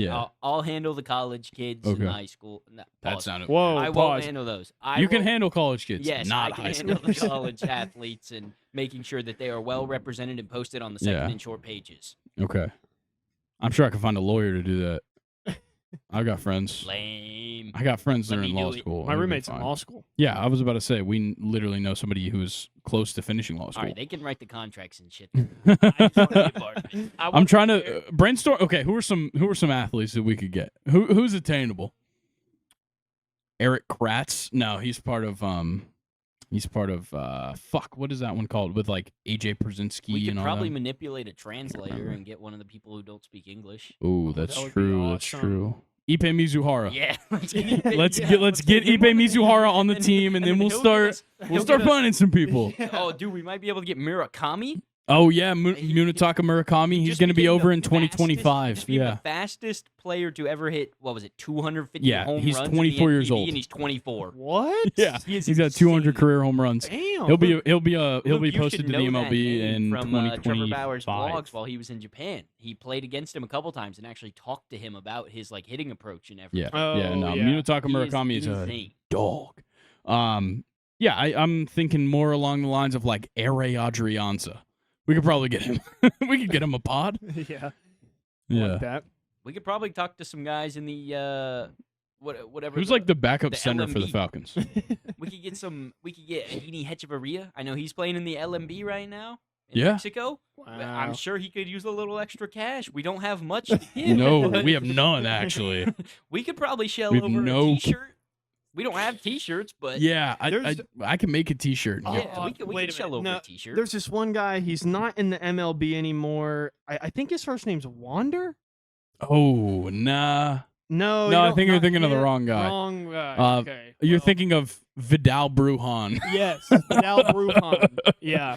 Yeah, I think we could get Jovan Gwynn, third string center for the Falcons. If you're listening, Gwen. I think we should. You Go went to South for- Carolina. I think we need to It's only go 25. after like the low-level D3 athletes or something. Well, shit, I know a couple. Exactly. We could get. them. I could get Jared and Jaden on this podcast in a day. Yeah, we could do something like that and get some lower level players that don't normally get the NIL opportunities. Okay. Well, also both of their football careers are over, but Exactly. that's not Yeah. important. That means they have plenty of time to do a podcast or Maybe. some sort of content for us. Maybe I don't know about Jared. They are both broken humans, though. At this point, That is true. They are. Yeah. Jesus. They don't Yeah. have half their bones at this point. Shout out. Oh, Jay. yeah. or tendons. Yeah. or Shout out whatever. Jared. Shout out Jaden. Sorry, guys. Yeah.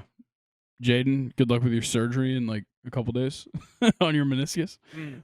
Okay, enough. Enough NFL talk. That was a fun conversation though. I really enjoyed that one. So let's go to the Premier League. Mm. The final week of the Premier League season. Yes. And it's the best day of the season. I Nathan, don't can we get care if some there's standings pulled up, yeah, please? yeah. Pull up the table real quick. Every team kicks off at 11 o'clock on Sunday. It's the best day in soccer. Like no fucking questions asked. Yeah. Usually Literally, the relegation there is battle, 10 fucking games. Okay, hold on. There is technically a relegation battle. though. Yep. Hear me out. Luton has a chance of not going back down. Which, first of all, this is just proving Mark Goldbridge right that the Premier League is the worst league in the world right now because it is not competitive whatsoever. Yeah. The bottom three are literally the three teams that got promoted this year. But Luton does have a chance. They just have to have Nottingham Forest lose, and they have to beat Fulham by 23 goals.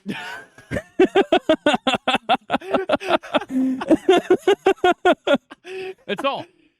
It's that simple. Come on, Luton down. Come Yes. Bosh. Yeah. Maybe if they were in the Premier League 1 year longer, they could get a new fucking stadium. Maybe. I kind of like Kenilworth Road. Okay. So nobody can get in or out of the top four. Liverpool and Aston Villa have locked up their spots. Arsenal and Man City, there is a fight for the title. Man City will win the title if they win their match. If they draw and Arsenal loses or draws, and then if they lose and Arsenal loses as well. It's kind of weird Wow. matchups wise though, because Let me guess. Man City plays buttfuck FC. don't think so. Yeah, basically. West Ham. Yeah, So they won the league. yeah. So, what should really happen is Tottenham should throw. Oh, no. Tottenham plays Sheffield. Crap. Well, that probably means that they're going to be the Europa League team, unfortunately, for Tottenham Chelsea should- and Newcastle. Tottenham should throw. Who does Newcastle play? Please. I don't know, but I know we lost to fucking Manchester There it United is. It's midweek. Brentford. Brentford plays Newcastle. Okay, I can deal with that. Chelsea play Bournemouth. Dude, okay. Nathan, I don't give a fuck if you're a Manchester United fan. You don't watch soccer. That was fucking bullshit. Yeah. You saw that. You sent me it. Yep. The picture where Anthony Gordon Yes. got his fucking Yes. he literally got his ankle cleated in Ripped the open. fucking penalty area. Yeah. It's bullshit. You saw his sock ripped. It's And I crazy. cannot believe they did that to y'all against Manchester United out of all teams too, No, Man City. Or Oh, no, sorry. yeah. Yes, Manchester United. which is Sorry. literally like, I mean, they are just a complete joke right now. The fact that I Manchester know. United, Now we're even on fucking points. Manchester United is not the team that should have gotten lucky. No. If they're gonna do that, it shouldn't have been Manchester United. Exactly. They suck dick. Oh damn. It pisses me the fuck off. Yeah. Bro, we literally have scored the look fourth most look goals. at that picture. That's so insane. Amrabat has complete stonewall penalty. He's not even going to be on this team next year. He's going to be back in Fiorentina in a week. Yeah. Fuck off. Yeah. Yeah, they are all wearing the same cleats. They're all Adidas athletes, right? I guess so. Yeah, that is cool. I'm sure Adidas paid them to do it. No pierdas tiempo buscando descuentos. Gracias. Sorry, I was reading the ad. What is that, an Amazon ad? Yeah, I think it is. Nice. Amazon. Yeah, it's fucking bullshit. Whatever. So we're in 7th. We could have been tied with Chelsea on points. Instead, we fucking lost. Now we're tied with Man U on points. So, pisses me off. Yeah, same. Yeah, there's no way to put it other than that I'm very mad. Yeah, but I mean, with all the shit that Newcastle out of all teams has dealt with, I mean, they 7th really isn't that bad. No, if we can hold on to 7th, I'm fine with it. I think Chelsea and Newcastle were literally statistically the most injured teams in the Premier League. Yeah. Were they not literally 1 and 2? Yeah, it was something like that. But yeah, it's brutal. Yeah, doesn't help that our star signing was gambling. That doesn't help. No. Because that's really what fucked us, was that stretch after he left. Yeah. But, it was really just, a few weeks after he left where it was we just could not figure out what to do. Yeah. And, okay, this is going to sound weird. What kind of sucks about coming in 7th place this year is that nothing's going to change. Yeah. They might make some signings. Eddie Howe is still going to be the manager. Yep. Because we did okay. Yep. If we would have just, come in 11th, fuck it. Maybe we'd go out and get a high-class manager. Yeah. Which kind of sucks. Yes, Chelsea and Newcastle had the most injuries all year. Chelsea, 54 fucking injuries. Holy shit. We had 38. Brentford, 21. Man United, 35. What the fuck is the order of this list? Is it, by games missed through injury? Gotcha. Yeah, Chelsea have just been riddled. Yeah. But I'm very proud of Chelsea. I come on this podcast and I've talked shit about them way more than I've talked good about my own team. But they're getting hot. I feel at good the end of the for year. you because they have turned it around here at the end and have a chance to overtake Tottenham. Yeah, and with the team that Chelsea is lining up with, with all those injuries, it's not the best team, but they're still finding ways to draw or win, and that's that makes me proud. Seriously, I'm very happy. Yeah. Okay. Let's see. Any good matchups this weekend? I haven't really looked at the actual matchups themselves just yet. If Tottenham loses to Sheffield and Chelsea somehow gets this Europa League spot, Tottenham just need to be deleted. They're not relevant. So the matches that really do matter for the title is Arsenal versus Everton, and then Man City versus West Ham. So Arsenal a good chance to go out and win. Yeah. Everton's not very good. West Ham could give Man City trouble. Yeah. I just don't think they will. Do you think they should shorten the Premier League season a little bit and add a tournament at the end of it to decide? Because I just hate the fact that your 2 games that matter are versus West Ham and Everton. But I think the thing is that every game before that mattered too.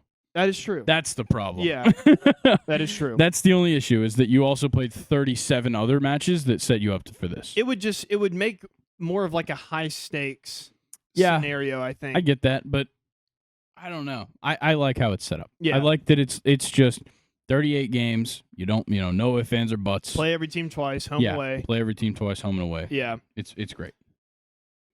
I think. I don't think you need a tournament. You already play fucking 3 other tournaments. That is true. Yeah. And with the Champions League being June 1st, it'd be kind of hard to squeeze something else in there. Because right now they have 2 weeks, whereas if you added on 2 more weeks then of a playoff, then you fall right up into that Champions League final, and if one of those teams that's still in there is there, and then you're fucked. Cutting into international break, and then essentially the players don't have an off season. Yeah, which they already don't this year if you're playing in the Olympics. Yeah, that is Kylian true. Mbappe is not getting a break. So he's playing Euro and Olympics? Yeah. Wow. Imagine if he wins. Because he wants to. Because it's in Paris. Yeah. If France doesn't win the Olympics, they're out of their fucking minds. Yeah. If you're at because they're literally about to send their full squad. Yeah. For the Olympics. Yeah. Nobody else is gonna.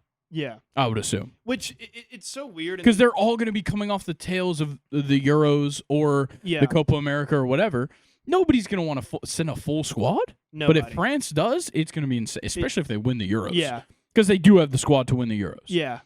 That's fair. I just wanted to bring up, I talked about it a couple episodes ago where the Olympics has just kind of been weird in soccer. Like, it doesn't matter more than odd. the Euros or the Copa or the not at World all. Cup.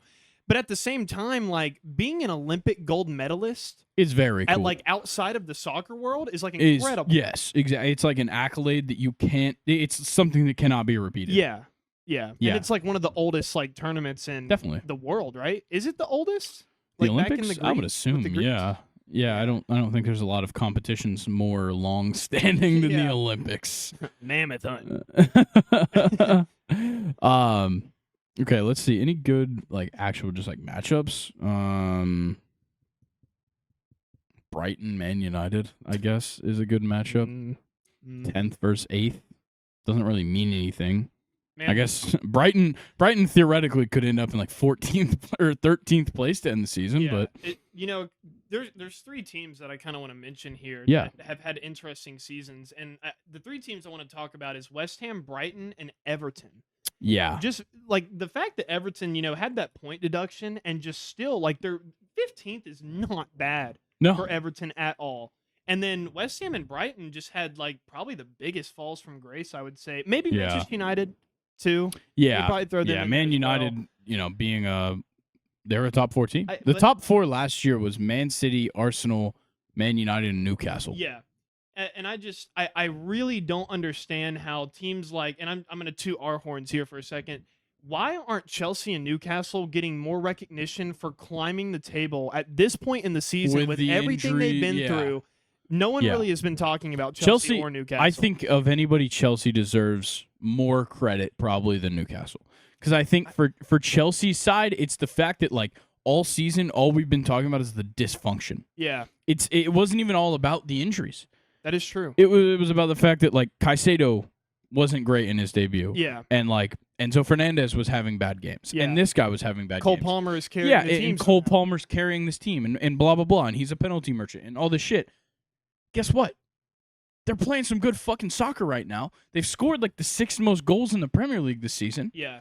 And their primary goal scorer was a fucking reject from Man City. Yeah. It's insane. Yeah. I have to give Chelsea their flowers. Yeah, and the last thing I want to shout out, with it being the final game of the Premier League season, probably the last time you will be able to watch Thiago Silva on TV. That is true. Because Since he's going to unless you live in Flamengo. Brazil. Unless you live in Brazil. Then but it would be rather just easy. what a storied career, man, Yeah. for him. And the fact that he won a Champions League in 2021 at the age of God knows is incredible. 37, right? Yeah. He's 39 now. Something like that. Something like that. But yeah, shout out Thiago Silva, man. Yeah, Been around dog. forever. Dog. He was teammates with Nesta. That's insane. Yeah. Honestly, if you want to call him old, he was teammates with David Luiz. That was Yeah. long ago enough. Yeah, exactly. That's already 10 years ago. Yeah. This dude was in a back line with fucking David Luiz and Marquinhos at PSG with Edinson Cavani and Zlatan up front. Yeah. Ezekiel Lavezzi, man, on that team. Yeah, dude. Lucas? Javier Pastore was in the Yeah. fucking midfield. You had oh dude, who was their keeper? Was that Sirigu? Yes. Yeah. Salvador Sirigu. Salvador Sirigu was on Wow. that team. Yeah, that was a time. Yeah. And Thiago Silva was the last one standing. Yeah. I guess Cavani's probably out there somewhere. He plays Boca Juniors. I just saw him score Oh, a really? bicycle kick that was insane. That's Or pretty cool. scissor I kick, would have. Yeah. I would have 100% assumed he was in Saudi Arabia. Really. Yeah. He's playing for Boca.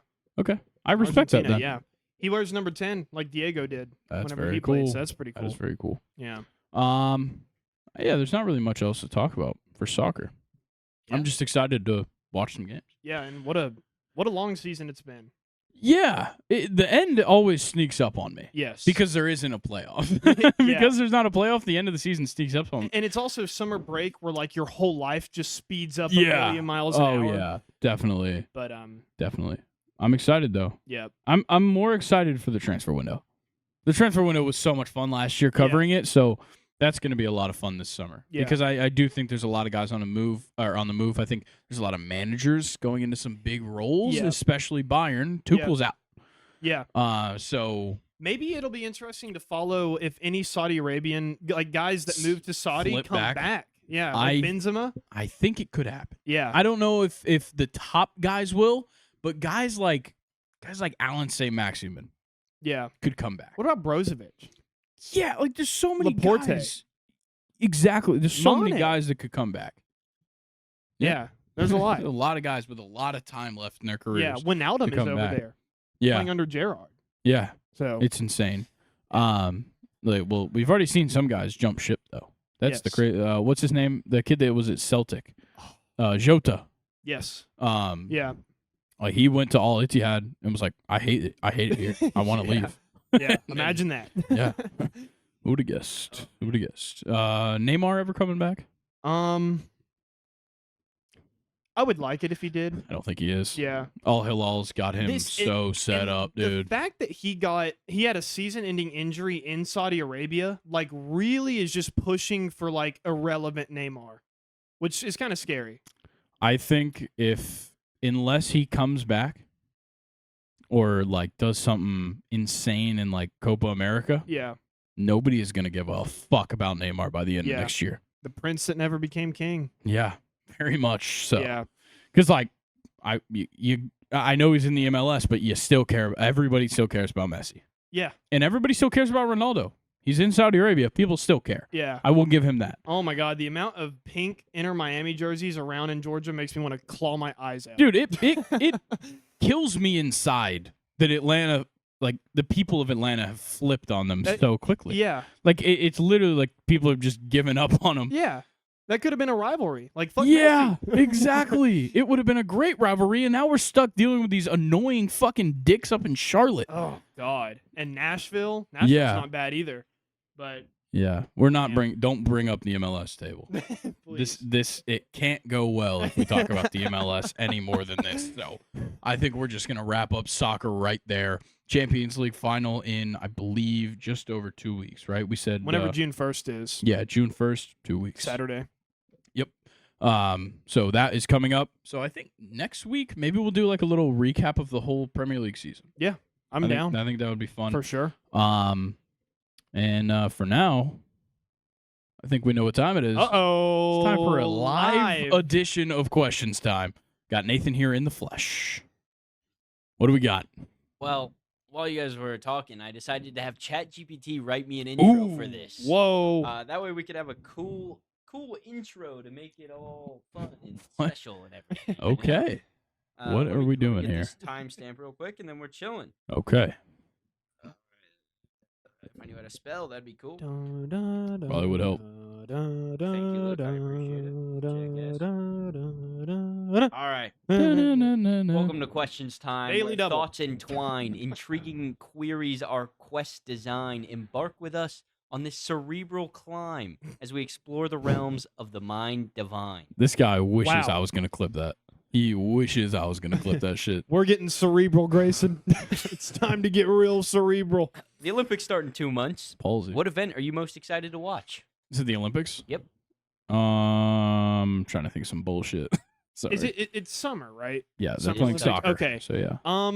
Probably swimming. I've always loved the swimming since Michael Phelps. Is baseball in yet? Or is that 2028? Fuck. Skateboarding. Beach volleyball. This is the second year go around of skateboarding. You're in trouble. There is some that I male do like beach volleyball. speed walking. What Yeah, speed walking. is an Olympic sport? Sure fucking is, dude. Hmm. So the last Summer Olympics was Japan, right? And that was the one that got delayed because of COVID. Yeah. Yeah. I watched a little bit of speed walking on that one. Watched a little bit of water polo. Yeah. Water We polo. will have surfing this year. Yeah, surfing is in here Water this year. polo has to be the Yeah. hardest shit. Oh, dude, it's so difficult. You're not allowed to touch the bottom. Yeah. You just fucking can't. You're in treading an water Olympic the whole pool. It's true. It's also like 30 fucking feet. Yeah, dude. You die. I would. Wow. I'd just give up. If I got to the bottom, fuck no, I'm not going to bother swimming all the way back up. I'll just die and float back up to the top at some point. All right. Well, follow-up question to the Olympic question. Okay. How fast do you think you could run 100 meters? Track spikes on. Dude, Mm. I think the better question is, can I run 100 meters? What's The world record by Usain Bolt is 9.58. Okay, that doesn't matter. What does like What is High school. I don't need the high school world record either. I'm trying to think of an athlete that I have a similar build to. How fast does like John Runyon run the 40? Probably about a day and a half. Okay. And let's multiply that by The fastest high school one is 9.93. Wow. Set this year. Yeah, I'm not okay. touching that And one. how 100 meters is just the stretch, like the long stretch of the Yes. track, right? Give me like 17 seconds. Give me like 30. 30? I think I'd like trip. Brother. I've never worn track spikes I've never before. worn track spikes either. I would imagine they're And I've got very wide narrow. feet. Yeah. I've and got super I've uncomfortable. got relatively wide feet, and I have very bad ankle stability. Yeah. Okay, get me in a pair of Brooks. I though. might Shit. fall on the little stand thing. Yeah, because that would be awkward. Too. That might be the hardest part, is getting my Yeah, feet the correct on blocks. the blocks. Yeah. Fuck Shit, that. the gunshot might startle me so much Yeah. so that I might piss frozen. myself I'm just and slow me glitched. down. So, according to r/sprinting, the Reddit about sprinting, Definitely never someone asked visited this that one. question, and somebody said the average in reasonable shape male is probably around 15 seconds. And to I run said it. 17. I'll stick with 17. Give me 21. Okay, fair enough. Yeah. I like that next, question. Next question. If you became the owner of an MLS expansion club, I know we're not big MLS fans. here, I'd kill just saying, myself. Where would you put it? London.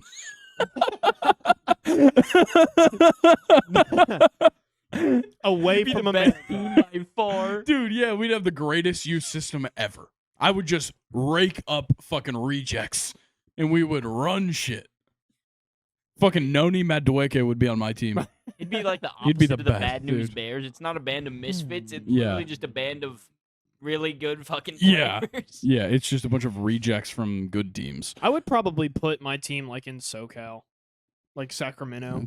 That's not so. It's- That's NorCal. No, okay, no Cal. You have no cows? Nope. My California geography. Is there a team in Vegas yet? No. No. There you go. There's your answer. That's easy. That's the answer, I would say. With Maybe where we're at right now, I think that is the answer. another team in Canada, But maybe. where? Because they already Calgary? have Vancouver and Montreal, Montreal, and Toronto. Toronto. Alaska. Calgary. I don't know if there's a big Edmonton. enough soccer market. This man's True. naming hockey locations. Yeah. Yeah. I feel But like there's other good fuck around, answers put for it in this. Mexico or Puerto Rico. Actually, Oh, Puerto Rico would be very Yeah, good. Puerto Rico would be good. I think people would be very attracted to go there. Would be the big part. That's very true. Taxes. Obviously, you still have to pay jock taxes, but still, Yeah. All right, next question. Do you guys prefer coffee, tea, or water? coffee, Probably water. iced and black. Over those two, water. Yeah, I've switched fully to black coffee now. Psychopath. No more. So I used to be like cream sugar all the way. Like put half and half. And by half and Yeah. half, no, I don't mean half and half. I mean 50% coffee, 50% cream and sugar. That's what Nathan drinks. Then I stopped putting in sugar and I started putting in much less creamer, and I still liked it. Now, swing by Starbucks, I grab a black iced coffee. Psycho. Phenomenal. I I think that is the drink of guys that get shit done. Probably cheaper too. Oh yeah. Yeah. Definitely. Yeah, you save so much money on milk. I don't Still. really drink milk. That's fair. I Do you drink- guys think 162 games for a season is too many? Nope, not enough. Give me 300. No, 162 is ideal. Yeah, 162 is great. Do you think the games should be more spread out or anything? Nah. Baseball season's perfect, I think. Yeah. What about a full week-long series? No, Wow. fuck that. Not like 7 games, but like for a full Nah. from Sunday to Saturday, you're playing one team. I think 5 games. I think with the nature of baseball, not enough would happen to talk about. You would just go through the entire pitching rotation against every team. Yeah, no, That you fuck play. that. That sucks. I don't Because know. then you have to do it in the same order every time. It might get interesting if you have a big rivalry seeing each other for that long, though. Yeah, but how often does that happen? That's true. And then you end up elongating the season from like February to fucking December. And then no, they get more one baseball. month off. Guess what? That's spring training. Yeah. And the winter meetings are fucking day after the World Series. No. More baseball. I think the time window is so perfect. April to fucking early November is so perfect because I need the end of November and January into February. I need to focus on football. Yeah. So it's like I don't need baseball going on then. Do you think that sometimes 162 games is too many to pay attention to when it's Yes. July? Yeah, 100%. That's kind of where this question It came is. from while I was sitting on the toilet. Nice. Is it too many to actually pay attention, get all the storylines, see how players are actually doing? Well, I think Because the thing it's is hard to that watch, storylines in the enough games. MLB don't come from one game. Yes, That's they come the over thing. rivalries, and someone gets tossed but this even game just and then anything, the next game and everything. Yeah, I think storylines for baseball go span weeks. So it's like these storylines generate over the span of weeks. Well, how many weeks long is the MLB season? I think that's what it comes to, because it's like we never really talk about things in a game-by-game basis unless it's like a good performance. Otherwise, we're talking about this guy was really good for this month, or this guy was really good for this stretch. Or like this series. we're never like it's never the fucking All-Star break and we're like, remember that 4-4 game? Nobody does that. Yeah. Like if you're a pitcher, it's different. You pitch every 5 days. Of course, everybody's gonna be like, it's gonna be the All-Star break and they'll be like, remember that perfect game? Yeah. But it's like nobody's judging at least hitters or in like relief pitchers off of one game. So I think when you're looking at it from like a big like the whole scope of the season, you're really only getting a couple things out of a whole like all these fucking games they play. Yeah. So I think the length and the amount of time is just kind of perfect in my eyes. Yeah, It's I also agree. just because it's always how it's been for me. Fair enough. All right. I know you guys are doing schedule release stuff on Sunday. Correct. I do have a schedule question here. Okay. Am I crazy, or is there actually a possibility the Falcons will beat the Chiefs Week 3 on primetime? Oh. I think you're crazy. I will just go and say that. I think with all the things going on with the Chiefs and people Yeah. who have left and everything Kickers. that's weird. Xavier Worthy's car's gone? Yeah. How's he going to get to the game? Exactly. Rasheed Rice not playing. How is he going to get to the game? Yeah. That's the real A bus question. with barred windows. Dude, in the somebody back of the else- car. I think somebody else just got signed to another team. Like they just left or something. Yeah, L'Jarius Sneed left. He got traded. Jerry Sneed left a while Where back. did he get? The Titans. Whoa. Somebody Yeah. else is gone as well recently. Yeah. Apparently and that the Falcons could look that really rugby good. guy that they picked up, very good. I Also- said it. That was my. I had. A He's sticker for also dating that girl DJ from Miami, Zandra, Zandy. I don't know. Xandra sounds like trouble. Dude, she. I think the Falcons could come out with enough firepower, and who knows what's. You know, I can't. with I how can't weird do they this could be right this now. year. I can't do this to Nathan, myself. I agree with you, Nathan. I think You that- guys think can there's a talk all the chance? Falcons you want. I gotta see it on the field. Luke, you think there's a chance? Yeah. He's I'll just say a hyping it up chance. so that it sounds better when the Yeah. Steelers steamroll us week 1. I Or know. something, or we win. Week Also, it's 1. going to be impossible to get tickets Well, to that I game, think just so Falcons you and know. Chiefs kind of sounds like Lions and Chiefs from the first game last It season. sounds I like don't, a trap. but then again, that was different because you and I actually thought the Lions, had a chance. Yeah, there wasn't too much of a conversation. I think No. we both knew that the Lions were that good. I don't know if the Falcons really are. I We think also have the Falcons weakest trap fucking game. schedule in the entire fucking league, Mm. Well, okay, which part scares of, the shit out of part me. of that is based off of last year's win percentage, and we play the Panthers Yeah. twice, Yeah. and we're playing the Saints and the Buccaneers, who did not Yeah. have great No, records last year. none of them So were It's not. far over or more than one game I over was actually 500. talking about this with Mike at work the other day about how we have the easiest schedule, and he was like, a lot of that is No, he's right. unfortunate He's right. because of Panthers also having the second easiest, but because Yeah. they're playing us twice as well. Yeah. So it's hard to say. Okay. like, yeah, that's the easiest. I'm because just of it. real quick. I'm gonna go through. I'm just gonna go win loss. What team? Pittsburgh. Win. Sorry, I have to just go with that for now because of you guys' offense. Philly loss. Kansas City loss. New Orleans win because it's at home. Tampa Bay loss. It's at home, but it's prime time. And Kirk doesn't play good in prime time. Carolina win, maybe. Seattle at home is a win. Tampa Bay in Tampa, also a loss. Dallas loss. New Orleans win in New Orleans. Win at Denver, bye week. I don't know how good the Chargers are going to be. No one knows how good the Chargers are. Yeah, So I'm going to say divert it's a to- win. Yeah, I'm going there to you go. say it's a win for us. Minnesota, win. Fuck you. Kirk Cousins revenge game. Could be my Vegas, win. Yeah, might be. New York, win. Washington, win. Carolina, win. I wasn't counting, I but wasn't either, unfortunately. I think we went over Sounds 500. like we went 50-50. No.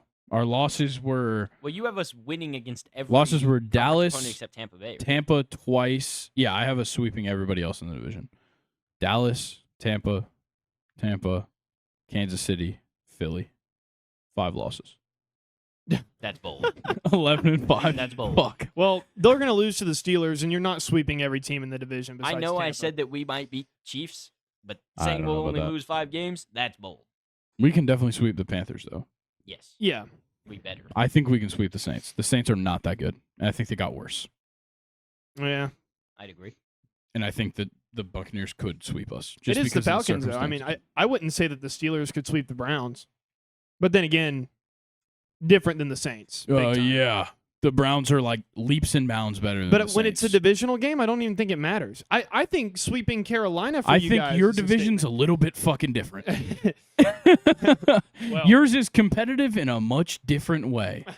Yeah, But that is true. All right, Yeah. I got one final Okay. question. it All right. is. How do we feel about college football 25 not being on PC? How do you Look. feel that you're going to have to spend $300 on an Xbox? You know plus what I'm money going to on fucking Game do? I'm not Pass? buying that fucking game. That's what I'm doing. There's going to be a lot of people who don't I'm just buy it. not going to buy it.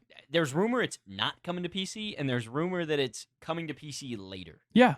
Look, whether it's coming to PC later or not, I spent $1,200 fucking dollars on a PC so that I could be ahead of the curve. I don't have to get the next gen console. All I got to do is in fucking 20 years buy a new graphics card.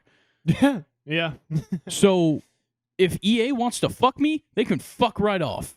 Because guess what? I already canceled my fucking EA Play Pro subscription. Ooh. So fuck you. Yeah, you- you and- 2 weeks after I got that subscription, they raised the price anyway. So fuck them. We got Fuck EA. Karen Rosen over here.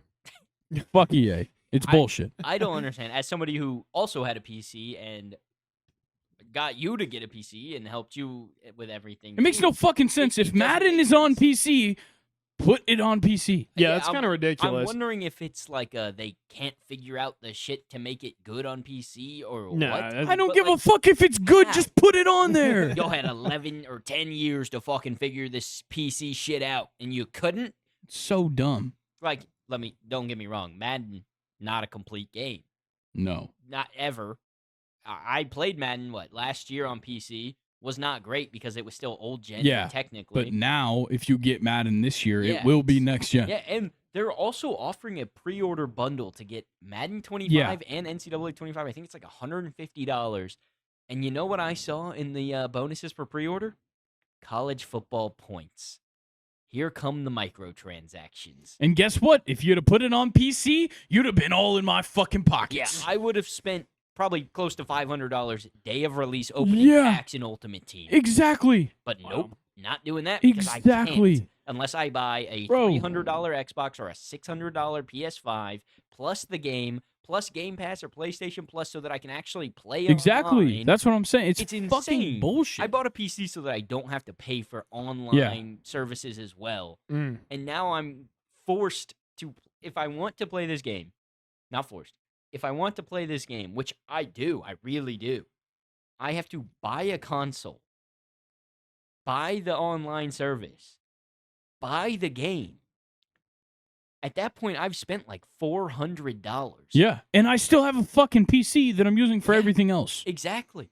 Mm. And I spent $400 just to play a singular game because Yeah. every other game I can play on twice the frame rate and connection Yeah. on my PC. Exactly. I'm not bothering with that.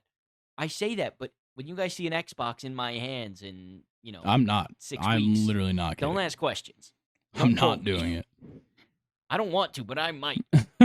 if that's the only way I can play, I'll do it. It's but- not worth it to me. I might. Look, yeah, I think it's probably already a bad idea if I were to spend $60 or $70 on the game anyways, because I'm going to play it for a little bit. And then I'm going to not play it for a while. Luke, as a PS5 owner, are you playing? I don't know yet. I know you're not a big college football guy, but it would help. It would help Carson college Beck will be football there. knowledge. Yeah, that is true. I do like the idea of like actual player names being in there, unlike the other college games. So I think that'll be interesting. For Luke's sure. gonna get it and send us videos of all his packs And the transfer cool portal plays. too. Yeah, he's gonna send us all this Yeah. cool Will be interesting shit. in there. And we're NIL. gonna sit here and just Sure, will be a part of it. We're gonna beat him up. Yeah. I might have to come to Luke's house just to open packs, just to scratch an itch. Just play FIFA. Sorry, EAFC. Don't tempt me with that game again. I'll do it. I have, and I will. More. I might get mad. We still haven't even gotten to footies yet. That's true. We did get to team of the season though, and I didn't spend $1, luckily. good job. Good job. I did pack a couple team of the seasons, though. Nice. Yeah. Casey Pretty didn't cool. send me any of his packs. Nobody knows who that is, but I'm Yeah. glad. Yeah, me too. Might have the best pack look I've ever seen. I He can't lie. definitely does. Okay, we're going to wrap it up. Fantastic. 1 hour and 45 minutes. Look at us. Nathan was right. We kept it under 2 hours. Yeah. I think it's because we didn't have Champions League. But, yeah, this was a fantastic episode. Luke, first time in the studio. How are we liking now that we're, the real ones are left? Yeah. Real ones are left. How are we liking the look?